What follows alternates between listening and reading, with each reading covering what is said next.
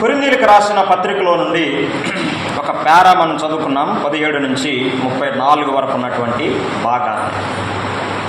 ఆ భాగం అంతటిలో ఉన్న విషయం ఏంటంటే, రొట్టె విరుచు కూడికను గురించిన విషయాలు పౌలు వ్రాస్తున్నాడు. ఒక స్థానిక సంఘము యొక్క ఆరోగ్యకరమైన స్థాయిని తెలిపే కూడిక ఏమిటంటే ఆరాధన కూడిక. అంటే స్థానిక సంఘం ఆరోగ్యంగా ఉన్నదా లేకపోతే అనారోగ్యంగా ఉన్నదా ఎట్లా తెలుస్తుందంటే, ఆ స్థానిక సంఘము ఆచరించేటువంటి ఆరాధన కూడికను బట్టి మనం అర్థం చేసుకోగలం. అంటే ఆరోగ్యంగా ఉందా లేకపోతే ఎక్కడైనా దెబ్బ తగిలిందా లేకపోతే అనారోగ్యంగా ఉన్నదనే సంగతి ఆ కూడికను బట్టే తెలుస్తుంది. అంచేత మనము ఆరాధన కూడికను వాక్యానుసారంగా లేఖనాధారముతో మనం జరిగిస్తున్నామో లేదో మనం ఆలోచించుకోవాలి. 17 నుంచి 34 వరకు ఉన్న భాగంలో 3 ప్రాముఖ్యమైన సంగతులు పౌలు చెప్తున్నాడు. అవేంటంటే, 17 నుంచి 22 వరకు ఉన్న భాగంలో బల్ల యొద్ద విశ్వాసుల ప్రవర్తన విధానం చెప్తున్నాడు.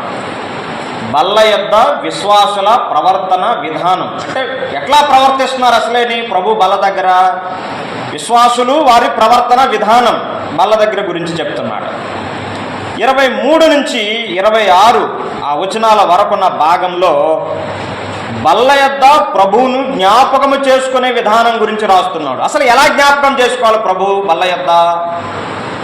దేవుని వాక్యం ఏం చెప్తుందో 23 నుంచి 26 వచనాల వరకు ఉన్న భాగంలో చెప్తున్నాడు. 27 నుంచి 34 వరకు ఉన్న భాగంలో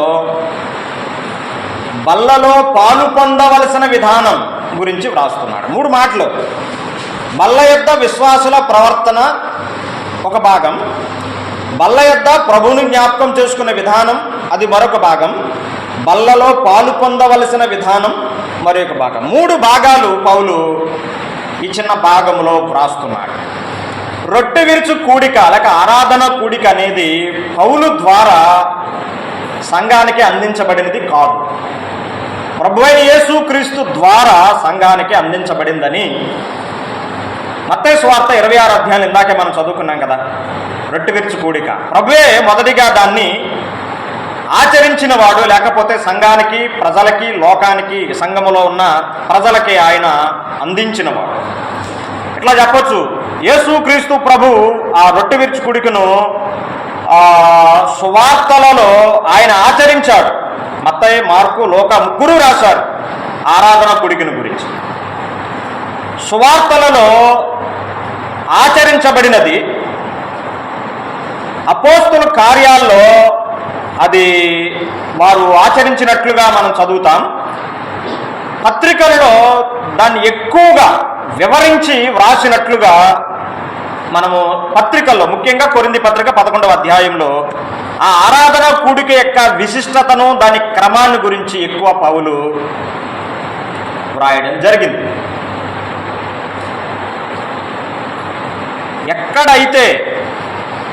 ఎక్కడైతే ప్రభువుకు తగిన పరిశుద్ధత ఉంటుందో, దేవుని వాక్యానుసారమైనటువంటి పాలన ప్రవర్తన ఉంటుందో, అక్కడే ప్రభు సింహాసనం, ప్రభు బల్ల ఉంటుందని ఆర్కే క్యాంబెల్ అనే భక్తుడు చెప్పాడు. నేను మరలా చెప్తాను ఈ మాటని. ఎక్కడైతే ప్రభువునకు తగిన పరిశుద్ధత ఉంటుందో, ఎక్కడైతే వాక్యానుసారమైన పాలన ప్రవర్తన విధానం ఉంటుందో, అక్కడ ప్రభు బల్ల ఉంటుంది, ప్రభు సింహాసనం ఉంటుంది అని చెప్పాడు. మరి ఆ తగిన పరిశుద్ధత ఉన్నదా, వాక్యానుసారమైన పాలన ప్రవర్తన విధానం ఉన్నదా అనేది మనం ఆలోచించుకోవాలి. అట్లా ఉంటే ప్రభు సింహాసనం ఉంటుంది, అట్లా ఉంటే ప్రభు బల్ల ఉంటుంది. ఒకవేళ అట్లా లేకపోతే అవి లేవు అని మనం గ్రహించాలి. సరే రండి, 11వ అధ్యాయం 17 నుంచి మనం చదువుకున్నాం కదా, అక్కడి నుంచి మనం కొంచెం వచనాలు త్వరగా ఆలోచించుకుంటూ వెళదాం. మీకు ఈ ఆజ్ఞను ఇచ్చుచు మిమ్మును మెచ్చుకొనను అని పౌలు చెప్తున్నాడు. అమ్మాయ్య వినండి, ఆరాధన కూడిక అనేది ఆచారం కాదు, అది ఆజ్ఞ. అది మొదటి సంగతి.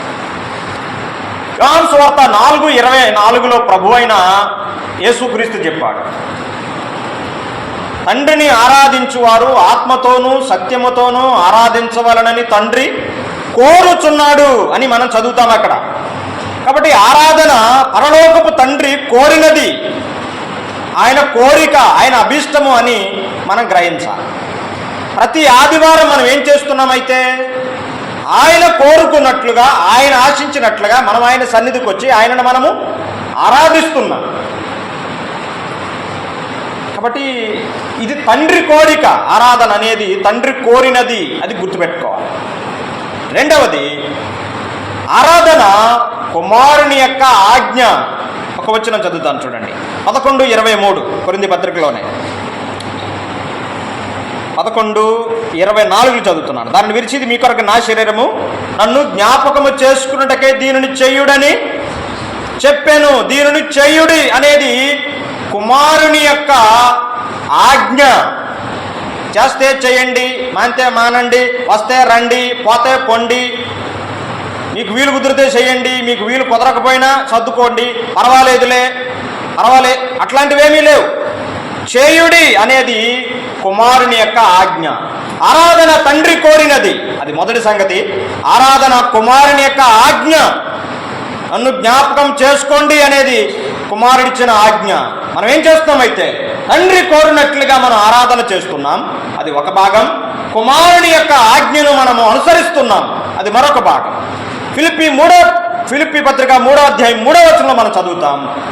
ఆత్మ వలన ఆరాధించుచు అనే మాట అక్కడ మనం చదువుతాం. నేను ఎక్కువ సమయం రిఫరెన్స్లు తీసుకోలేదు, అంచేత నేను త్వరగా రిఫరెన్స్లు చెప్తాను, మీరు ఆ విషయాన్ని అర్థం చేసుకోండి. ఫిలిప్పీ పత్రిక 3:3 చెప్పాడు, ఆత్మ వలన ఆరాధించుచు అనే మాట మనం చదువుతాం. అయితే ఆరాధన పరిశుద్ధాత్మ దేవుడు నడిపించేది, అది మూడవదిగా మనం గుర్తుపెట్టుకోవాలి. త్రిత్వమైన దేవుని యొక్క పాత్ర ఆరాధన కూడికలో ఉన్నది. ఆయన కోరుతున్నాడు, ఆయన ఆజ్ఞాపిస్తున్నాడు, ఆయన నడిపిస్తున్నాడు. ఇది మనం గ్రహించాలి. 17వ వచనంలో చెప్పాడు కదా, మీకు ఈ ఆజ్ఞను ఇచ్చుచు అన్నాడు. మీకు అంటే సంఘానికనే అర్థం, సంఘానికని అర్థం. పౌలు ఇచ్చే ఆజ్ఞ సేవకులకి పెద్దలకి కాదు, సంఘానికి అప్పగిస్తున్నాడు. మీకు ఆజ్ఞ ఇచ్చుచు మిమ్మను కొంటాను అని కాదు, మిమ్మ మెచ్చుకోను అంటున్నాడు. అంటే అంత మెచ్చుకోని పని వీళ్ళు ఏం చేశారంట, వాళ్ళని మెచ్చుకోకపోవడానికి కారణం కూడా చెప్తున్నాడు. మీరు కూడి వచ్చుట ఎక్కువ కీడికే కానీ ఎక్కువ మేలుకు కాదు అంటున్నారు. అయితే వినండి, ప్రతి ఆదివారం మన ఆయన సన్నిధికి కూడి వచ్చేది ఎందుకు? మేలు పొందడానికి, ఆశీర్వాదం పొందడానికి. కానీ అక్కడేం జరుగుతుంది? ఎక్కువ మేలు కాదు, ఎక్కువ కీడు పొందుకుని వెళుతున్నారు కొరింథీలో ఉన్నటువంటి విశ్వాసులు. వారు ఎక్కువ కీడు పొందడానికి గల కారణం ఏంటి? 18వ వచనంలో ఒక సంగతి చెప్పాడు, ఇంకా చాలా సంగతులు ఉన్నాయి. అందుకే పౌలు 18వ వచనంలో చెప్పాడు, మొదటి సంగతి ఏమనగా అన్నాడు. అంటే మొదటి సంగతి చెప్పాడంటే దాని అర్థం ఏంటి? రెండవ సంగతి, మూడవ సంగతి, ఇట్లా కొన్ని సంగతులు ఉన్నాయి. ఇంకా ఒక సంగతే పౌలు రాస్తున్నాడు. ఏమిటా సంగతి? మీరు సంఘమందు కూడి ఉన్నప్పుడు మీలో కక్షలు కలవని వినుచున్నాను అన్నాడు. కక్షలు సంఘానికి వెలుపల కాదు, సంఘం లోపల ఉన్నాయి. రొట్టె విరవడానికి, ప్రభుని ఆరాధించడానికి చేరి వచ్చే విశ్వాసులలో ఈ కక్షలు ఉన్నాయి. కక్షలు ఉండొచ్చా మరి మనలో? ఏమండి, కక్షలతోన ప్రభుని మనం ఆరాధించేది? ఆమెపై, ఈమెపై, ఆయనపై, ఈయనపై హృదయములో కోపాన్ని పెట్టుకుని, కక్షని పెట్టుకుని ప్రభువుని మనం ఏమని ఆరాధిస్తాం? దాన్నే అందుకే పౌలు అంటున్నాడు, దీనివలన మీకు ఎక్కువ నష్టం, మీకు ఎక్కువ కీడు, ఎక్కువ మేలు కాదు మీకు జరిగేది, ఎక్కువ కీడే అందుకే మీకు కలుగుతుందని పౌలు చెప్తాడు. కాబట్టి కక్షలు పెట్టుకుని ఆరాధించడం వల్ల నాకే నష్టం, నీకే నష్టం, మనకే నష్టం. కొంతమట్టికి ఇది నిజమని నమ్ముచున్నాను, ఇది నిజమే, ఇదేమీ అబద్ధం కాదు, పొకారు కాదు, ఉత్తుత్తు మాట కాదు, ఇది నిజమే, వారిలో కక్షలు ఉన్నాయి అని చెప్తున్నారు. కక్షలు అనే మాటకు ఇంగ్లీష్లో ఏమైనా వాడబడిందంటే డివిజన్స్ అనే పదం వాడబడిందంటే గ్రూపులు అనే పదం వాడబడింది. గుంపులు, గ్రూపులు, పార్టీలు అది ఏర్పడింది. కొరింథీ సంఘములో ఈ లక్షణాలు మొదటి అధ్యాయానికి రండి ఒకసారి. కొరింథీయులకు రాసిన మొదటి పత్రికలోనే మొదటి అధ్యాయంలోనే 10వ వచనంలో చెప్తున్నాడు, సహోదరులారా మీరందరూ ఏకభావంతో మాట్లాడవాలననియు మీలో కక్షలు లేక అంటున్నాడు. అంటే మీలో కక్షలు ఉన్నాయి, అవి ఉండకూడదు. మీలో కక్షలు లేక ఏక మనసుతోనూ ఏక తాత్పర్యంతోనూ మీరు సన్నద్ధులై ఉండవాలననియు మన ప్రభు అయిన యేసుక్రీస్తు పేరట మిమ్మును వేడుకుంటున్నాడు. పాపం వారిని ఆజ్ఞాపించట్లేదు, వారిని బ్రతిమలాడుతున్నాడు. మీరు ఇలా ఉండకూడదు కదా, మీరు ఎట్లా ఉన్నారేంటి, మిమ్మల్ని వేడుకుంటున్నాను, మిమ్మల్ని బ్రతిమలాడుతున్నాను, మిమ్మల్ని ప్రాధేయపడుతున్నాను, ఎట్లా ఉండొద్దు దయచేసి అని చెప్పి పౌలు వారిని బ్రతిమలాడుతున్నాడు. 11 ఇంకేం చెప్తున్నాడు, నా సహోదరులారా మీలో కలహాలు కలవని మిమ్మల్ని గుర్చి క్లోయ ఇంటి వారి వల్ల నాకు తెలియవచ్చును. మీలో అక్కడ ఏమంటున్నాడు, నేను పౌలు వాడను అంటున్నాడు, ఇంకొకడు నేను అపోల్లో వాడను అంటున్నాడు, ఇంకొకడు నేను కేఫా వాడను అంటున్నాడు. విన్నారా? కక్షలు అనే మాటకు అర్థం ఏంటంటే కొరింథీలోనున్న సంఘములోనే చిన్న చిన్న సంఘాలు ఏర్పడ్డాయి. ఈ మాట అర్థమైందా మీకు? కొరింథీలోనున్న స్థానిక సంఘములోనే సంఘము లోపలే చిన్న చిన్న సంఘాలు ఏర్పడ్డాయి. ఓ గ్రూప్ అంతా ఏమనుకుంటున్నారంటే మాకు కేఫా నాయకుడు అనుకుంటున్నారు, మరొక గ్రూప్ ఏమనుకుంటున్నారంటే మాకు పౌలు నాయకుడు అంటున్నారు, మరొక గ్రూప్ ఏమనుకుంటున్నారంటే మాకు అపోలో నాయకుడు అని చెప్పుకుంటున్నారు. ఉన్న చిన్న స్థానిక సంఘములోనే ఎన్నెన్ని గ్రూపులు ఏర్పడుతున్నాయో చూడండి. పౌలు దాన్ని సమర్థించిన వాడు కాదు, ఆత్మ ద్వారా వాటిని ఖండించాడు పౌలు. చూడండి 13వ వచనం, క్రీస్తు విభజింపబడి ఉన్నాడా? పౌలు మీ కొరకు సిలువేయబడ్డాడా? చెప్పండి, పౌలు మీ కొరకు సిలువేయబడ్డాడా? మీరు పౌలు నామాన్ని బాప్తిసం పొందారా? ఎందుకు మీకు పౌలు నాయకుడు అయ్యాడు? అది సరికాదు అని ఖండిస్తున్నాడు. అంతేకాదు 3వ అధ్యాయం ఇంకొంచెం స్పష్టంగా చెప్తున్నాడు. చూడండి 3వ అధ్యాయం 4వ వచనంలో చెప్తున్నాడు. ఒకడు అంటున్నాడు నేను పౌలు వాడను, మరి అక్కడ నేను అపోల్లో వాడనని చెప్పుచున్నప్పుడు మీరు ప్రకృతి సంబంధులైన మనుషులు కారా? 5వ వచనం చూడండి, ఎంత పరుషంగా మాట్లాడుతున్నాడో పౌలు. అపోల్లో ఎవడసలేని, పౌలు ఎవడసలేని, అపోల్లో ఎవడు, పౌలు ఎవడసలేని. వారు పరిచారకులే కదా, ఒక్కొక్కరికి ప్రభువుని గ్రహించిన ప్రకారం వారి ద్వారా మీరు విశ్వసించిదిరి కదా. పౌలు ఇంకా దాన్ని వివరిస్తున్నాడు, నేను నాటి తిని అపోల్లో నీళ్లు పోసాను, వృద్ధి కలుగజేసిన వాడు దేవుడే. ఆ మాట అంత స్పష్టంగా ఉన్న చుట్టూ దేవుడు కాదు, దేవుడే. కాబట్టి వృద్ధి కలుగు చేయి దేవునిలోనే గాని నాటి వానులోనైనను నీళ్లు పోయి వానులోనైనను ఏమైనా ఉందా? ఏమీ లేదు అని చెప్పాడు. ఏమీ లేదు. అయితే ఎవరిలో ఉన్నది అసలు సంగతే? వృద్ధి కలుగు చేసే దేవునిలోనే ఉన్నది. కాబట్టి పౌలు సువార్త ప్రకటించాడు, అక్కడ సంఘం స్థాపించబడింది. ఆ తర్వాత అపోల్లో వెళ్ళి ఆ సంఘాన్ని బలపరిచాడు, కొరింథీలో ఉన్న సంఘాన్ని. సంఘం ఇంకా అభివృద్ధి చెందింది. ఇప్పుడు వీళ్ళిద్దరి గురించి చెప్తున్నాడు పౌలు, నేను సువార్త ప్రకటించాను, వాళ్ళు అపోల్లో వచ్చి వాక్యాన్ని ప్రకటించి సంఘాన్ని బలపరిచాడు, అయినా మా ఇద్దరు ఏమీ లేదు. అంతా చేసింది ప్రభువే, దేవుడే చేశాడు. మమ్మల్ని ఎందుకు మీరు దృష్టి పెడుతున్నారు? అసలేని మా వైపు ఎందుకు చూస్తున్నారు?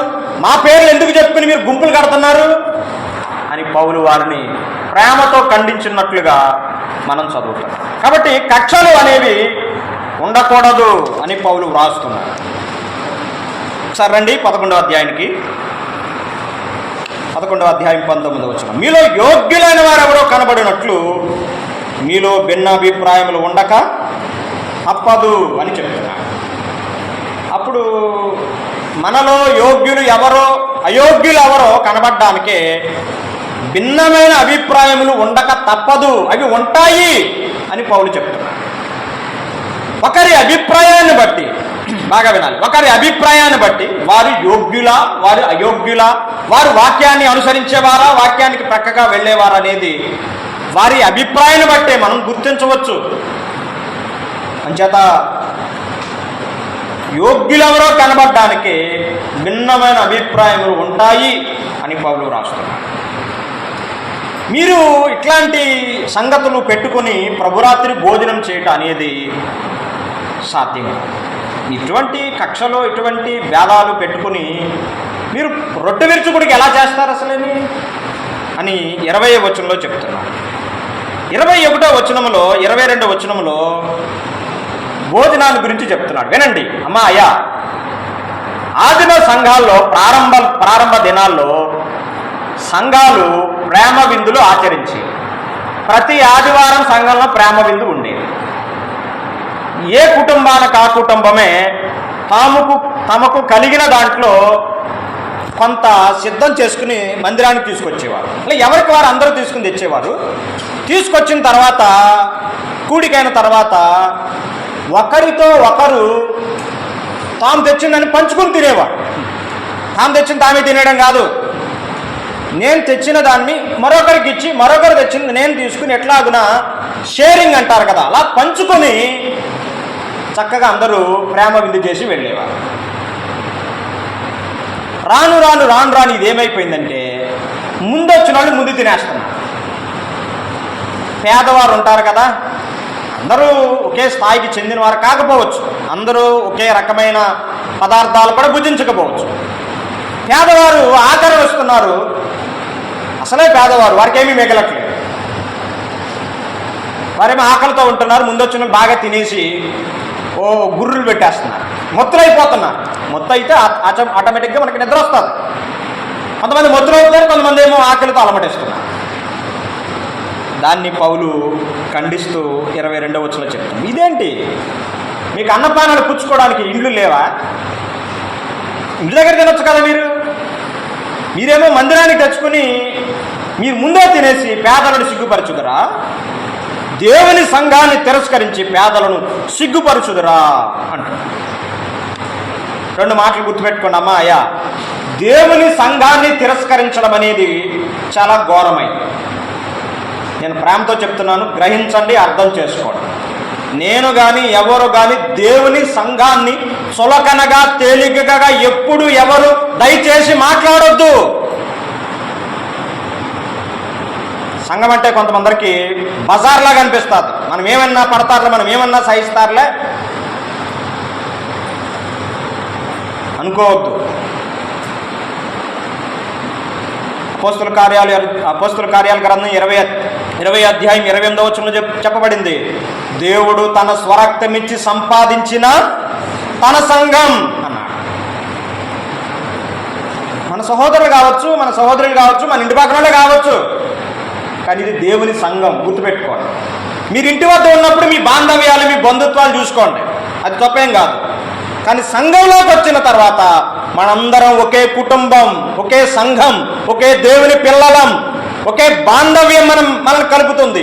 ఒకే నామము క్రింద మనందరం కూడి వస్తున్నాం. అంచేత చులకనగా ఎన్నడూ ఎవరు దయచేసి మాట్లాడరు. ఇది దేవుని సంఘం. ఆయన ప్రశస్తమైన, ఆయన అమూల్యమైన రక్తం పెట్టి మనల్ని కడిగాడు, మనల్ని కొన్నాడు, ఆయన సొత్తుగా మనల్ని చేసుకున్నాడు. మరి ఎంత ప్రశస్తమైన రక్తం పెట్టి కొన్న సంఘాన్ని చులకనగా తేలికగా తోలనాడడం అనేది తప్పు. అలా దయచేసి ఎవరూ మాట్లాడరు. దేవుని సంఘాన్ని తిరస్కరించొద్దు. పేదలను సిగ్గుపరచుదురా అంటున్నాడు. అమ్మా వింటున్నారా అయ్యా? సంఘం చెప్తున్నాను నేను. మనం సంఘంలోకి వచ్చిన తర్వాత గొప్పోళ్ళు, పేదోళ్ళు, విద్యావంతులు, విద్య లేనోళ్ళు, ఉద్యోగస్తులు, నిరుద్యోగులు, ఇట్లా ఏమీ లేవు, ఉండకూడదు కూడానే. ఇక్కడ అందరూ సమానమే.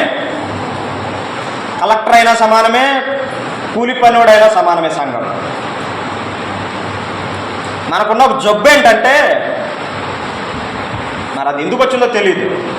అట్లా గొప్పలు వస్తే వాళ్ళని ఎక్కడెక్కడికో ఎక్కించేసి ఆహా ఓహో అబ్బబ్బో అని వారిని పొగుడుతూ ఉంటారు. అంత పొగడాల్సిన పని లేదు, హెచ్చించాల్సిన పని లేదు. ఇది దేవుని సంఘం, దేవుని కుటుంబం. గౌరవించడం మంచిదే, అంతేగాని పొగడ్తలు అనేవి సంఘంలోనికి రాకూడదు. కలెక్టర్ గారు వచ్చారు, ఇంజనీర్ గారు వచ్చారు, డాక్టర్ గారు వచ్చారు, మరి కూలి పనివాడు చేసుకుని అతను ఏమని పిలవాలి? ఇక్కడికి వచ్చి ప్రార్థన చేయమంటానికి ఏమంటే డాక్టర్ గారు వచ్చి ప్రార్థన అన్నారనుకోండి, మరి ఒక కూలి పని చేసుకునే వ్యక్తిని ఏమని పిలవాలి? నన్ను క్షమించండి, అట్లాంటి పదాలు వాడొద్దు. పలానా సహోదరుడు వచ్చి ప్రార్థన చేస్తాడు. సంఘములోకి వచ్చిన అందరూ సహోదరుడు సహోదరులే. నీ ఉద్యోగం ఏదైనా బయట, నీ అంతస్తు, నీ హోదా ఏదైనా సరే సంఘానికి వెలుపలే. సంఘం లోపల అట్లాంటివి ఏమీ లేవు. అన్నీ బయట చెప్పులు విడిచి వచ్చినట్లుగా మనం మన అధికారాలు, మన హోదాలు, మన స్థాయి అన్నీ బయట విడిచిపెట్టి లోపలికి రావాలి. మనం ఇక్కడ అందరం సమానమే. ఆ స్పృహతో మనం ఉండాలి. పేదలను సిగ్గుపరచడం అనేది దేవుని వాక్యం దాన్ని సహించట్లేదు. ఇక మీకు ఏం చెప్పుదును, దీని గురించి మిమ్మల్ని మెచ్చుదునా? ఇట్లా మీరు చేస్తుంటే మిమ్మల్ని ఏమని మెచ్చుకోను, మిమ్మల్ని మెచ్చను అంటున్నాడు. మెచ్చుకునే పనులు చేయాలి, మెచ్చుకునేటట్టుగా జీవించాలి. కానీ అట్లా లేరు. కానీ వారు మంచివారే. కొరింథీ 2వ వచనం చూడండి ఒకసారి, 11వ అధ్యాయం 2వ వచనం. మీరు అన్ని విషయాలలో నన్ను జ్ఞాపకము చేసుకొనుచు నేను మీకు అప్పగించిన కట్టడలను గైకొనుచున్నారని మిమ్మును మెచ్చుకొనుచున్నాను. చూసారా, పౌలేమి సంకుచితమైన స్వభావం కలిగిన వాడు కాదు. మెచ్చుకోవలసిన విషయంలో తప్పక మెచ్చుకుంటాడు, ఖండించవలసిన సమయం వచ్చాడు తప్పక ఖండిస్తాడు. ఈ రెండు పార్శ్వాలు, ఈ రెండు భాగాలు అతనిలో ఉన్నాయి. మెచ్చుకునే సందర్భంలో తప్పక మెచ్చుకుంటాడు, దిద్దాల్సిన సమయంలో, ఖండించాల్సిన సమయంలో తప్పక ఖండిస్తాడు. ఎందుకు మెచ్చుకుంటాను అంటున్నాడు? నన్ను జ్ఞాపకం చేసుకుంటున్నారు. నన్ను జ్ఞాపకం చేసుకోవడమే కాదు, నేను మీకే కట్టడాన్ని అప్పగించాను, గైకొంటున్నారు. నాకు చాలా ఆనందంగా ఉంది, మిమ్మల్ని మెచ్చుకుంటున్నానని 2వ వచనం మెచ్చుకుంటున్నాను. ఇక 23వ వచనం నుండి రొట్టె విరుచు కూడిక, దాని క్రమాలు, దాని విశిష్టతను వ్రాస్తున్నాడు. చూడండి, నేను అంటే పౌలు చెప్తున్నాడు ఈ మాటలో, నేను మీకు అప్పగించిన దానిని ప్రభువు వలన పొందితిని. కాబట్టి నేను అప్పగించే ఈ కట్టడలు, ఈ నియమాలు నేను ఇస్తున్నావు కాదు, నాకు ప్రభు ఇచ్చాడు, నేను మీకు అప్పగిస్తున్నాను. అంటే నేను మధ్యవర్తిగా ఉన్నానని పౌలు చెప్తున్నాడు. కాబట్టి పౌలు రాసే ఈ మాటలు అన్నీ కూడా పౌలే కాదు, పౌలు ప్రభువుకు చెప్పాడు, పౌలు రాస్తున్నాడు, మనం చదువుకుని గ్రహిస్తున్నాం, అంతే సంగతి. నేను ప్రభు వలన పొందితిని అని చెప్పి ప్రభువు అయిన యేసు తాను అప్పగింపబడిన రాత్రి ఒక రొట్టెను ఎత్తుకుని కృతజ్ఞతాస్తుతులు చెల్లించాడు. అమ్మాయి వినండి, యేసు ప్రభువు గెత్సెమనే తోటకు వెళ్ళక మునుపు శిష్యులకి ఈ ఆచారాన్ని లేక ఈ కట్టడను ఆయన అప్పగించాడు. గెత్సెమనే తోటలో ఆయన బంధించబడ్డాడు, తర్వాత ఆయన సిలువై పడ్డాడు, మరణించి సమాజపడి తిరిగి పరలోకానికి వెళ్ళిపోయాడు. సిలువకు వెళ్ళబోయే ముందు ఈ ఆచారాన్ని ఆయన శిష్యులకు అప్పగించాడు. అంత స్పష్టంగా అక్కడ ఉండదు. మత్తయి సువార్తలు మనం చదివాం కదా ఇందాక, ఇక్కడ ఉన్నంత స్పష్టంగా అక్కడ ఉండదు. దాన్ని ఎక్కువగా వివరించి దేవుని ఆత్మ ద్వారా పౌలు ఈ భాగంలో ఎక్కువ రాశాడు. మీరు గమనించండి, ప్రభువు అయిన యేసు తాను అప్పగింపబడిన రాత్రి ఎన్ని రొట్టెలు అట్టుకున్నాడండి? ఏమండి, ఎన్ని రొట్టెలు తీసుకున్నాడు ఆయన చేతులకి? ఒక రొట్టె ఎత్తుకొని కృతజ్ఞతాస్తుతులు చెల్లించాడు. నేను మీ అవగాహన కొరకు మాత్రమే చెప్తున్నాను, అపార్థం చేసుకోవద్దు. కొన్ని సంఘాలలో వేపర్స్ అని రౌండ్గా ఉంటాయి, నోట్లో వేసుకుంటే కరిగిపోతాయి. అట్లాంటివి ఆచరించేవారు ఉన్నారు. అది వాక్యానుసారం కాదు, బైబిల్లో అది లేదు, నేను చదువుకునే బైబిల్లో లేదు.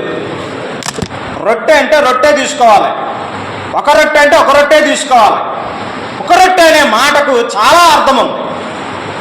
మన ప్రభువు ఒక్కడే, సంఘం ఒక్కటే, మనం ఆయన నుంచిన విశ్వాసం ఒక్కటే, మనందరం దేవుని ప్రజలము అని చెప్పి మన మధ్యలో ఉన్న ఐక్యతను లేక సమైక్యతను సూచించేదే. ఇంకా ఏ భేదాలు లేవు వీళ్ళల్లో, కులం కానీ మతం కానీ ఇంకా ఏ రకమైన భేదాలు వీళ్ళలో లేవు.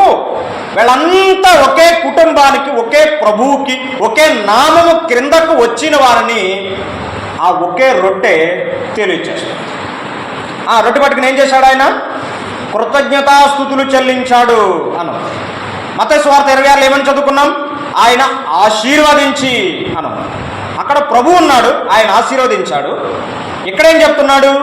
కృతజ్ఞతాస్తుతులు చెల్లించి. ఒక వచనం చూడండి, 10వ అధ్యాయం, కొరింథీ మొదటి పత్రిక 10వ అధ్యాయం 17వ వచనం. మనమందరము ఆ ఒకటే రొట్టెలో ఆ పాలు పుచ్చుకొనుచున్నాము, రొట్టె ఒకటే గనుక అనేకులమైన మనము ఒక్క శరీరమై. మనం ఒకటే శరీరం, రొట్టె ఒకటే, రొట్టెలు కాదు, రొట్టె మొక్కలు కాదు. ఆ రొట్టెను ఆయన విరిచి ఆ శిష్యులకి ఇచ్చి, మత్తయి సువార్తలో చదువుకున్నాం, మీరు తీసుకొని తినండి అని చెప్పాడు. కొన్ని సంఘాలు తీసుకొని తినడం కాదు, అయ్యగారే ఇస్తారు, నా లైన్లో వచ్చి నిలబడాలి, ఇంకెవరు ముట్టుకోకూడదు పాత్రని, ముట్టుకుంటే మరి మసైపోతారు ఇంకా అన్నట్టుగా ఉంటుంది. అక్కడ ముట్టుకోకూడదు, రావాలి, లైన్లో నిల్చోవాలి, ఎట్లా నిల్చోవాలి, చేతిలో వేస్తూ ఉంటారు, నోట్లో వేసుకోవాలి. అది కాదు యేసుప్రభు చెప్పింది, మీరు తీసుకొని తినడి. మత్తయి సువార్తలో ఉంది, నేను బైబిల్లో ఉన్న మాట చెప్తున్నాను. మీరు తీసుకొని తినడి అన్న. మనందరం దానిలో పంచుకొని మనం తినాలి. రొట్టె ఒకటే, రొట్టె ఒకటే, మనమందరము అంటున్నాడు.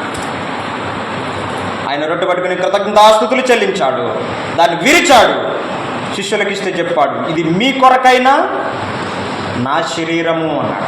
నిజానికి మత్తయి సువార్త 26లో మనం చదువుకున్న ఆరాధనలో మనం విన్న ఆ భాగంలో అప్పటికి యేసుప్రభు ఇంకా శిలువే పడలేదు, శ్రమలు పొందలేదు, చనిపోలేదు, తిరిగి లేవలేదు. కానీ ప్రభు ఏం చెప్తున్నాడు? ఇది నా శరీరము అన్నాడు. అంటే ఆయన శరీరానికి గుర్తుగా ఇస్తున్నాడు, అది ఆయన జ్ఞాపకం చేసుకోవడానికి గుర్తుగా. కొంతమంది ఏం చెప్పేవారు ఉన్నారంటే, రొట్టె శరీరంగా మారిపోద్ది అని చెప్పేవాళ్ళు ఉన్నారు. అది అబద్ధం, అది అబద్ధపు బోధ. ఏం మారదో, రొట్టె శరీరంగా ఏమీ మారదో. అది ప్రభువును జ్ఞాపకము చేసుకోవడానికి ప్రభువు మనకిచ్చినటువంటి ఒక గుర్తు అని గుర్తుపెట్టుకోవాలి. నన్ను జ్ఞాపకము చేసుకుంటకే దీనిని చేయుడని. చేయుడు అనేది చాలా మన మనసులో బాగా ముద్రించుకోవాల్సిన మాట. ఇది ఆయన మనల్ని ఆజ్ఞాపిస్తున్నాడు, ప్రేమతో మనల్ని కోరుతూ ఆజ్ఞాపిస్తున్నాడు, చేయుడి. ప్రతి ఆదివారం మనం తప్పక చేయాలి. ప్రతి ఆదివారం చేయాలంటారా? చేయాలి. కొన్ని సంఘాల్లో నెలకోసారి చేసేవాళ్ళు, సంవత్సరానికి ఒకసారి చేసేవాళ్ళు ఉన్నారు. అపోస్తల కార్యాలు 2:42 ఎట్లా చదువుతాం మనం? వీరు అపోస్తలుల బోధ యందును, సహవాసమందును, రొట్టె విరుచుట యందును, ప్రార్థన చేయట యందును ఎడతెగక ఉండిరి అని చదువుతాం. నిజానికి ఆదివ సంఘంలో కూడా రొట్టె విరుచుకుడికి అనేది ప్రతిరోజు ఉండేది. కానీ తర్వాత అది ఏం జరిగిందంటే, అపోస్తల కార్యాల గ్రంథం 20 అధ్యాయం 7వ వచనం మనం చదువుతాం, ఆదివారమున మేము రొట్టె విరుచుటకు కూడి ఉన్నప్పుడు అని మనం చదువుతాం. ఆదివారం ఆదిమ సంఘం రొట్టె విరవడానికే వారు కూడి వచ్చేవారు.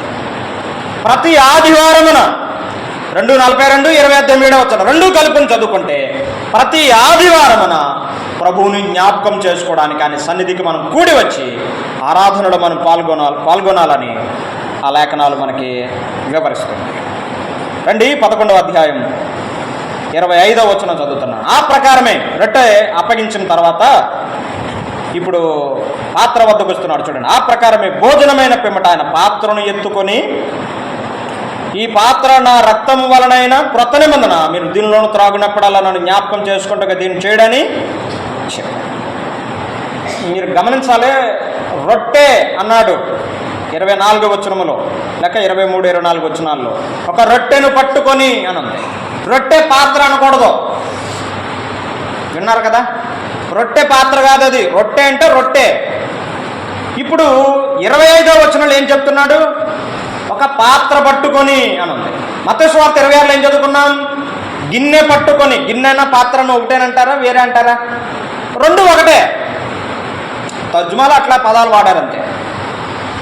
పాత్ర, ఒక పాత్ర పట్టుకుని, ఈ పాత్ర నా రక్తం వలనైనా క్రొత్త నిబంధన, దీనిలో మీరు త్రాగినప్పుడల్లా నన్ను జ్ఞాపకం చేసుకోవడానికి దీన్ని చేయడని చెప్పారు.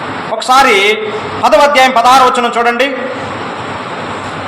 మనము దీవించు ఆశీర్వచనపు పాత్రలోనిది త్రాగుట. ఎవరు దీవించాలి పాత్రని? ఏమండి, అక్కడ ఉన్నమాట, మనము దీవించు ఆశీర్వచనపు పాత్ర అని ఉంది కదండి. పుట్టినోట్లు ఏమన్నది చూడండి, మనము స్తుతించు స్తుతి పాత్రలోనిది అన్నాడు. అయితే రొట్టె కొరకు పాత్ర కొరకు ఎవరు స్తుతులు చెల్లించాలైతేని? నేను బైబిల్లో ఉన్న సంగతి చెప్తాను, నా సొంత ఆలోచన కూడా ఏం చెప్పను. 16వ వచనంలో ఉన్న సంగతి ఏంటంటే, మనము అనే పదం ఏంటంటే సంఘానికి సంబంధించిన పదం. సంఘములో అంటే రక్షించబడిన విశ్వాసపు సమూహములో ఎవరైనా స్తుతులు చెల్లించవచ్చు, దానికి అభ్యంతరం ఏం లేదు. అయితే ఇప్పుడు మనం ఆచరిస్తున్నది లేక ఇప్పుడు మన స్థానిక సంఘంలో జరుగుతున్నది తప్పేమీ కాదు, కానీ అట్లాగే జరగాలి అనేది మాత్రం తప్పు. నా మాట అర్థమైంది అనుకుంటున్నాను. ఇప్పుడు జరుగుతున్నట్లు చేయడం తప్పేమీ కాదు, కానీ అట్లాగే జరగాలి అని ఒక కట్టడ నియమించడం మాత్రం తప్పు. అలా జరగడానికి వీల్లేదు. రక్షించబడిన విశ్వాసులైన ఆ సమూహంలో ఎవరైనా ప్రేరేపించబడిన వారు, దేవుని ఆత్మ ద్వారా రేపబడిన వారు ఎవరైనా కూడా స్తుతులు చెల్లించవచ్చు, రొట్టె కొరకు కానీ పాత్ర కొరకు కానీ. అంతేకాదు, అసలే ఆరాధన కుడికలో పదవులు అనేవి ఏమీ లేవు, పెద్దలు పరిచారకులు ఎట్లాంటివి ఏమీ లేవు. మనం పేతురుపత్రిక 1వ అధ్యాయం 2వ వచనంలో చదువుతాం, రాజులైన యాజక సమూహముగా ఆయన మనలను చేశాడు అని చదువుతాం. ఎవరిని చేశాడు? పెద్దలనా లేక పరిచారకులనా? ఇద్దరినీ కాదు, అందరినీ, విశ్వాసులైన వారందరినీ రాజులైన యాజక సమూహముగా ఆయన చేశాడు. కాబట్టి ఎవరైనా స్తుతులు చెల్లించవచ్చు, పాత్రను అందించవచ్చు. కానీ మనం ఆచరించే పద్ధతి అంటే, పెద్దవారు ఉన్నారు, అర్హులైన వారు ఉన్నారు, యోగ్యులు ఉన్నారు, మనం ఒక పద్ధతిని అనుసరిస్తున్నాం అని దాన్ని మనం వెంబడిస్తున్నాం అంతే. కానీ అదే మాదిరి అని మాత్రం భావించిన అవసరం లేదు. 26వ వచనం రండి, 26వ వచనం 11:26. మీరు ఈ రొట్టెని తిని ఈ పాత్రలో నుండి త్రాగునప్పుడెల్లా ప్రభు వచ్చు వరకు ఆయన మరణమును ప్రచురించు. వినండి, ప్రతి ఆదివారం మనం రొట్టె విరుచు కుడికిలో పాల్గొనట ద్వారా మనం ఒక పని చేస్తున్నాం. అదేంటంటే ప్రభు మరణాన్ని ప్రచురిస్తాం. అంతే కదండి, ప్రభు మరణాన్ని మనం ప్రచురిస్తున్నాం. ఆ రొట్టెలో ఆ పాత్రలో మనం పాల్గొనడం ద్వారా మనం ఇచ్చే ఒక సాక్ష్యం ఏంటంటే, ప్రభు నా కొరకు మరణించాడు, చనిపోయాడు, సమాధి చేయబడ్డాడు, తిరిగి లేచాడని ఒక సాక్ష్యం ఇస్తాడు. రక్షణ పొందని వారు రొట్టె విరుచు కుడుకులో లేక ఆరాధన కుడుకులో బయటికి వెళ్ళిపోవడం లేకపోతే అడ్డు తిరిగి రావడం అనేది మంచి పద్ధతి కాదు. మందిరంలోనే కూర్చొని అసలు ఏం జరుగుతుంది, ఇక్కడ ఏం జరుగుతుంది, ఏం చేస్తున్నారు, ఎలా స్తుతులు చెల్లిస్తున్నారు, ఎందుకు స్తుతులు చెల్లిస్తున్నారు అనేది ఇక్కడ కూర్చొని గమనించి నేర్చుకోవాలి. 27వ వచనం, కాబట్టి ఎవడు అయోగ్యంగా ప్రభు యొక్క రొట్టెని తిననో లేక ఆయన పాత్రలో నుండి త్రాగునో వాడు ప్రభు యొక్క శరీరమును గూర్చి రక్తమును గూర్చి అపరాధి. అయ్యా విన్నారు కదమ్మా, ఇందులో 2 భాగాలు ఉన్నాయి. యోగ్యముగా ప్రభుని ఆరాధించే ఒక సంగతి ఉన్నది, అయోగ్యంగా ప్రభుని ఆరాధించి మరొక సంగతి ఉన్నది. అందుకే పౌలు ఏం చెప్తున్నాడంటే, ఎవడు అయోగ్యంగా ప్రభు యొక్క రొట్టెని తింటాడో లేక పాత్రలను త్రాగుతాడో వాడు ప్రభు యొక్క శరీరాన్ని గూర్చి రక్తాన్ని గూర్చి అపరాధి అవుతాడు. అపరాధికి ఏముంటుందంటే డిసిప్లినరీ యాక్షన్ ఉంటుంది, తప్పు చేసినోడికి క్రమశిక్షణ చర్య ఉంటుంది. అదేంటి తర్వాత చెప్తున్నాడు చూడండి. అయితే అయోగ్యంగా అన్నాడు, దానివల్ల అపరాధి అంటున్నాడు. అయోగ్యంగా కాకుండా యోగ్యంగా చేయడానికి ఒక సూత్రం చెప్పాడు 28వ వచనంలో చూడండి. కాబట్టి ప్రతి మనుష్యుడు అంటే ప్రతి విశ్వాసి కూడా తను తాను పరీక్షించుకోవాలి. ఏమండి, ప్రతి విశ్వాసి తను తాను పరీక్షించుకోవాలి. అలాగు చేసి అంటే పరీక్ష చేసుకొని ఆ రొట్టె తిని ఆ పాత్రలోనిది త్రాగ. మరి మనం ప్రతి ఆదివారం అలాగే చేస్తామంటారా? చేస్తే మంచిదే, చేయకపోతే మాత్రం నెక్స్ట్ వారం నుంచి మాత్రం మనం సెట్ అవ్వాలి. మనల్ని మనం పరీక్ష చేసుకొని మనల్ని మనం పరిశీలన చేసుకొని ఆ తరువాత రొట్టెలో పాత్రలో మనం పాలు పొందాలి. ఒకవేళ అలా కాకపోతే 27వ వచనం చెప్పినట్లుగా మనం ఆ వారం ప్రభువుని అయోగ్యంగా ఆరాధించినట్లు దాని వలన ప్రభువు వలన మనకు మేలు కాదు, ఎక్కువ కీడు కలుగుతుంది. 29వ వచనంలో ఇంకొంచెం తీవ్రంగా చెప్తున్నాడు.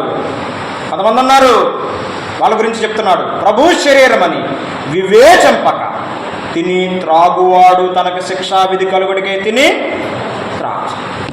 అసలు ఆలోచన ఉండదు, ఏముండదు. కొంతమందికి ఆరాధన అంటే ఏమనుకుంటున్నారంటే ఒక మొక్క ఒక గొక్క అంతే, ఇదే ఆరాధన అంటే. ఒక మొక్క వేసుకున్నామో గొక్క వేసేసుకున్నాం, అయిపోయింది ఆరాధన. వెళ్ళిపోదాం, సందేశం వెళ్ళిపోదాం అంతే, అయిపోయింది ఆరాధన. అదేనా ఆరాధన? ఏమండి, ఇదే ఆరాధన. దానివల్ల చాలా నష్టం ఉందండి. 29వ వచనం చెప్తున్నాడు, ప్రభు శరీరం ఇది. రొట్టె మన దగ్గరకు వస్తున్నప్పుడు మనం ఎంత గజగజ వనకాలి. ప్రభువుని జ్ఞాపకం చేసుకోవడానికి గుర్తుగా ప్రభు శరీరంలో వద్దకు వస్తుంది. అది ప్రభు శరీరం అని కాదు, కానీ ప్రభు శరీరానికి గుర్తుగా ఇవ్వబడింది. ఇది ప్రభు శరీరం అని వివేచనతో తినాలి. నేను తాగేది ప్రభు రక్తం, ప్రభు రక్తానికి గుర్తుగా ప్రభువుని జ్ఞాపకం చేసుకోవడానికి నేను చేస్తున్నానని ఆ ద్రాక్షారసం తాగ. ఇవేమీ లేకుండా అనాలోచితంగా రొట్టె వచ్చిందా చేసుకున్నాం, గ్లాస్ వచ్చింది తాగేసాం, అయిపోయింది. అలా చేశామనుకోండి, చెప్తున్నాడు తనకు శిక్షావిధి కలగడానికే తిని త్రాగుతున్నాడు.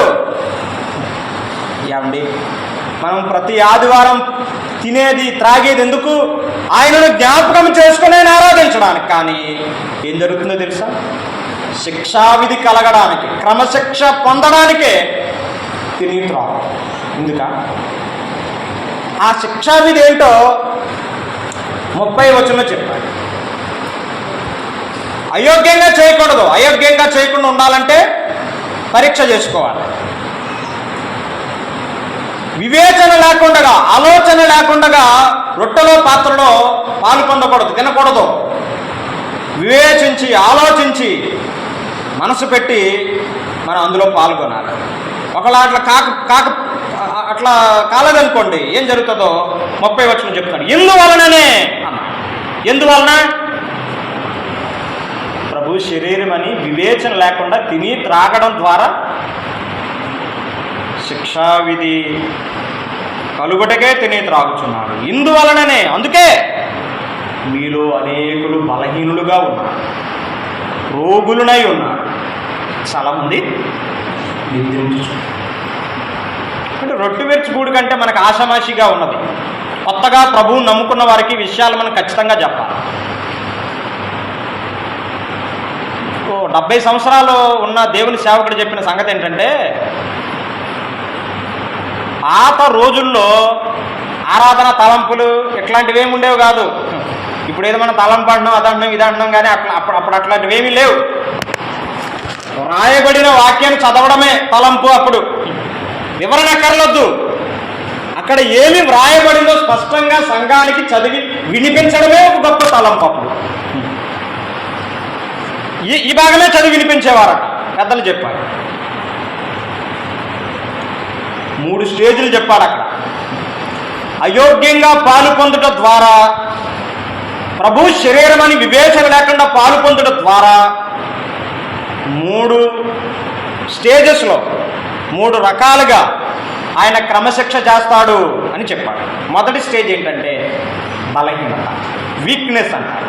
శరీరంలోనికి ప్రభు ఏం చేస్తాడంటే ఒక బలహీనతను అనుమతిస్తాడు. ఎందుకు? యోగ్యంగా ఉండి జీవితాన్ని కాపాడుకుంటూ, పరిశుద్ధతను కాపాడుకుంటూ, పరీక్ష చేసుకుంటూ పరిశుద్ధంగా రొట్టెలో పాత్రలో పాలు పొందాల్సింది బదులు అయోగ్యంగా పాలు పొందడం. దానికి ఆయన ఏం చేస్తారంటే ముందు బలహీనతను అనుమతిస్తాడు. శరీరంలో బలహీనత వస్తుంది. ఎందుకు వచ్చింది ఎవరికీ తెలియదు, కానీ ఆ వ్యక్తికి తెలుసు. ఎందుకు? జీవితాన్ని కాపాడుకోవట్లేదు, పరిశుద్ధతను కాపాడుకోవట్లేదు, దెబ్బతింటున్నాడు, అయినా అర్థం అవ్వట్లేదు. అయ్యో, ఎందుకు వచ్చింది నాకు ఈ బలహీనత? నిజమే కదా, ప్రభువు నాకు ఇచ్చిన ఈ జీవితాన్ని, పరిశుద్ధతను, నా శరీరాన్ని కాపాడుకోవడానికి బదులుగా నేను పాడు చేసుకున్నాను, అందుకే నాకు వచ్చింది అని. అప్పుడు ఆ మొదటి స్టేజ్లోనే వ్యక్తి పరివర్తన చెందాలి. అక్కడ కూడా సెట్ అవ్వలేదు అనుకోండి, అట్లాగే ఉంటాడు, ఇంకా అసలు మారడు. ఇంకా మారరు, ఇంకా వస్తారు, రొట్టె తినేసి దాక్షాసం తాగేసి ఏమేమి చేయాలంటే అవి కూడా చేసేసి వెళ్ళిపోతాం. బలహీనత అనుమతించిన మార్పు రావదు. అప్పుడు ఆయన ఏం చేస్తాడంటే రోగాన్ని అనుమతిస్తాడు. ఇల్నెస్ అంటారు, ఒక రోగం వస్తుంది ఒంట్లో, మాందది పోదం, మన చచ్చే వరకు మనతోనే ఉంటుంది, ఆ రోగం లోపలే ఉంటుంది. ఆ రెండో స్టేజ్లోనైనా వ్యక్తి పరివర్తన చెందాలి. ఇప్పుడు అయ్యో మంచం పట్టేస్తాడు, ఇప్పుడు లేవలేని స్థితిలో ఉంటాడు. అయ్యో ఎందుకు నాకు అసలు ఈ పరిస్థితి దాపరించింది, అసలే నేను ఎలా ఉండేవాడిని ఎలా అయిపోయాను, అసలే నాకు ఎందుకు వచ్చింది అసలు ఇలాగా, అయ్యో ప్రభు నాకు ఇచ్చిన పరిశుద్ధతను పోగొట్టుకుంటున్నానే, నేను కాపాడుకోవట్లేదే, నా జీవితాన్ని నేను భద్రపరచుకోలేకపోతున్నానే అని చెప్పి అక్కడైనా పశ్చాత్తాపడ. రెండు అవకాశాలు కదండి, దేవుడు ఎంత మంచోడో చూడండి. మొదటి అవకాశం ఇచ్చాడు, రెండో అవకాశం కూడా ఇచ్చాడు. ఈ రెండు అవకాశాలు ఇచ్చినా గేర అంటారు చూసారా, గేర తగ్గదు, పొగరు తగ్గదు. ఇక అసలు మనల్ని ఆపేవాళ్ళు లేడు, ఇంక మనల్ని అడ్డుకునేవాళ్ళు లేదని చెప్పి విచ్చలవిడిగా వెళ్ళిపోతుంటారు ముందు. ఇంకా ఆయన ఏం చేస్తాడంటే ఇట్లా కాదని చెప్పి బ్రేక్ తొక్కుతాడంతే. బ్రేక్ తొక్కగానే ఇక పరదేశులము ప్రియులారా పాట, ఇక పరవాసినే జగమును ప్రభు అంతే పాట. ఇక మూడో వేరే పాట లేదేంకా, స్తుతి పాట ఉండదేక, స్తుతి పాట ఉండదు ఆ వ్యక్తి జీవితంలో. అదే ముగింపు పాట. నిద్రించుచున్నారు రక్షించబడిన విశ్వాసి మరణానికి వాడబడిన పదమే నిద్ర. అవిశ్వాసులు కాదు ఈ మాట, విశ్వాసులకే. మరి రక్షించబడిన విశ్వాసులు ఉన్న నేను నీవు ప్రతి ఆదివారమున రొట్టెలో పాత్రలు యోగ్యంగానే చేపెడుతున్నామా? మరి ప్రభువుని యోగ్యంగానే ఆరాధిస్తున్నామా? జీవితాన్ని కాపాడుకుంటూ, పరిశుద్ధతను కాపాడుకుంటూ, భద్రం చేసుకుంటూ ప్రభు కోరినట్లుగా ప్రభువును మనం ఆరాధించగలుగుతున్నామా? ఒకవేళ కాదు అన్నట్లయితే ఇప్పుడే మనం సరి చేసుకుని వెళ్ళడం అనేది చాలా ఆశయం. లేదా ప్రభు క్రమశిక్షణ చర్య ఉన్నది, ఆ దండాన్ని ఆయన ఉపయోగించకముందే ఆయన పాదాల మీద పడడం మనం అనేది చాలా ఆశీర్వాదం. 31లో చెప్పాడు, మనల్ని మనమే విమర్శించుకుంటే మనకి తీర్పు. మనల్ని మనమే విమర్శించుకోవాలి. ఇంకొక మాట కూడా చెప్పనివ్వండి దయచేసి, విశ్వాసులుగా మనకు కలిగే ప్రతి బలహీనతకు, ప్రతి రోగానికి పాపమే కారణం కాకపోవచ్చు. కొంతమందికి తమ సొంత విషయాలపై ఉన్న శ్రద్ధ కంటే ఇతరుల మీద ఎక్కువ శ్రద్ధ ఉంటుంది. అందుకే వచ్చిందా ఈ వ్యక్తికి, అందుకే వచ్చిందా ఈమెకి అని చెప్పి సొంత విషయాలపై శ్రద్ధ ఉండదు, వాళ్ళ మీద ఈయన మీద కొళ్ళు పాడేసుకుంటూ ఉంటారు. అమ్మ అందుకే ఆయన చెప్తున్నాడు, మనల్ని మనమే పరీక్షించుకుందాం, మనల్ని మనమే విమర్శించుకుందాం. ఎదురోడి సంగతి నీకు ఎందుకు అసలే, నీకేమైనా అప్పగించాడా? ఆ వ్యక్తిని బాగు చేయి, వ్యక్తిని బాగు చేయి, నీకేమైనా అప్పగించాడా ఆయన? నిన్ను నువ్వు బాగు చేసుకోమ్మా, నిన్ను నువ్వు బాగు చేసుకో అయ్యా, నిన్ను నువ్వు పరీక్షించుకో, నిన్ను నువ్వు విమర్శించుకో, నీ జీవితాన్ని సరి చేసుకో, ప్రభువు దగ్గరికి రా, ఆయన వాక్యం వద్దకు రా, పరీక్ష చేసుకో. ఆయన నీకు చూపిస్తాడు నీ జీవితాన్ని స్పష్టంగాని ఆయన చెప్తాడు. మనం లోతుగా పరీక్ష చేసుకోవాలి. అయోగ్యంగా పాలు పొందడం ద్వారా మేలు కాదు, ఎక్కువ కీడు. శిక్షావిధికి కారణం కాకుండానట్లుగా మనల్ని మనమే విమర్శ చేసుకుని, పరీక్ష చేసుకుని ప్రభువుకి ఇంపైన సువాసనతో కూడిన ఆయన ఆఘ్రానించే ఆరాధన వర్తించాలి. ఇంకా ప్రభువు నమ్మని వారు ఉన్నారు, ఈ మాటలు వింటున్నవారు. అమ్మా అయ్యా యేసు ప్రభు నమ్ముకోండి, ఆయన మీ పాపాలు క్షమిస్తాడు, మిమ్మల్ని రక్షిస్తాడు, నిత్యరాజ్యానికి మిమ్మల్ని తీసుకువెళ్తాడు. పాపాలు క్షమించబడకుండా దయచేసి మరణించద్దు. అలా మరణించేవా నిత్య నరకాగ్నికి వెళ్ళిపోతాం. అగ్ని ఆరదు, పురుగు చాలదు, ఎండేనే తట్టుకోలేకపోతున్నారు, త్వరగా ముగించమంటున్నారు. మంచిదే, ఎండ వేడిని నరకాన్ని ఎట్లా తట్టుకుంటారమ్మా? నరకాన్ని ఎలా తట్టుకుంటారు బాబు? అగ్ని ఆరదు, పురుగు చాలదు. వేసవకాలం పోతే మళ్ళీ వర్షాకాలమైన వస్తారు. ఇక్కడ అట్లా ఏముండదు, యుగ యుగాలు వేసవకాలం కాదు అది. అగ్ని ఆరదు, పురుగు చావదు. వేదనకరమైన స్థలం. ప్రభు నమ్ముకోవడానికి మీకేమైనా అడ్డంకులు వస్తున్నాయేమో ఆలోచించుకోండి. అమ్మో మాకు ఉద్యోగం రాదేమో, మా వివాహం అవదేమో అని కూడా మీరేం బెంగ పెట్టుకుని అక్కర్లేదు. ఇక మేము ఉన్నాం సహోదరులు, ప్రభు మాకు ఉద్యోగాలు ఇచ్చాడు, మా వివాహాలు చేశాడు, మమ్మల్ని ఆయన పోషిస్తున్నాడు. మాకు సహాయం చేసిన వాడు మీకు కూడా సహాయం చేస్తాడు. దేవుడు పక్షపాతం కలిగినవాడు కాదు. ఒకరంటే ఎక్కువ ప్రేమ, ఒకరంటే తక్కువ ప్రేమ చూపించేవాడు కాదు. దేవుడు లోకాన్ని ఎంతో ప్రేమించెను అని దేవుని వాక్యం చెప్తుంది. ఆయన నిన్ను ప్రేమిస్తున్నాడు. ఆ ప్రేమ నీకు అర్థమైతే ఈరోజు ప్రభువుని నమ్ముకుంటాం. తరల వంచండి, చిన్న ప్రార్థన చేద్దాం. రక్షించబడిన విశ్వాసులుగా ఉన్న మనము ప్రభుని ఆరాధించే విషయంలో యోగ్యంగానే ప్రభువుని మనం ఆరాధిస్తున్నామా? జీవితాన్ని చక్కజేసుకుందాం. ప్రభు మనల్ని క్రమపరచకముందే, ప్రభు మనల్ని దిద్దకముందే, ఆయన క్రమశిక్షణ దండం మన మీద ఉపయోగించకముందే ఆయన పాదాలకు మనం అప్పగించేసుకుంటాం. ప్రభువుని క్షమించమని అడుగుతాం. మరుసటి వారం నుంచి అయినా ప్రభువుని యోగ్యంగా ఆరాధించుతాం. ప్రభు మనల్ని క్షమించేవాడు, ఆయన మనం అర్థం చేసుకునేవాడు, ఆయన మన లోపాలను భరించేవాడు. ఆయనకు అప్పగించుకుంటాం. ఇంకా ప్రభువుని అంగీకరించని వాడు ఈ మధ్యాహ్నం ప్రభువుని నమ్ముకోండి. ఆయన మిమ్మల్ని ఎంతో ప్రేమిస్తున్నాడు. ఈ పాపాల కొరకు ఆయన శిలువలో మరణించింది. ఒకసారి ఆయన శిలువను చూడు, ఆయన చేతులలో పొందిన గాయాలు చూడు, ఆయన శిరస్సుకున్న ముళ్ళ కిరీటాన్ని చూడు, ఆయన ప్రక్కలో పొందిన గాయాన్ని చూడు, ఆయన ముఖాన్ని చూడు, ఆ రక్తాన్ని చూడు, ఆ ఉమ్మిని చూడు. ఇవన్నీ నీకు చెప్పే సంగతి ఏంటో తెలుసా? ఆయన నిన్నెంతో ప్రేమిస్తున్నాడు. ఆయన నిన్ను ప్రేమించి ఆ శిలువలో తను తాను బలియాగముగా అర్పించుకున్నాడు. ఆయన ప్రేమంతా శిలువలో కుమ్మరించాడు. ఆ ప్రేమ నీకు అర్థమైతే ఈ మధ్యాహ్నం ప్రభువును అంగీకరిస్తావా? నీ పాపాలను ఒప్పుకుంటావా? పశ్చాత్తాపడతావా? ప్రభు తప్పక నిన్ను అంగీకరిస్తావా?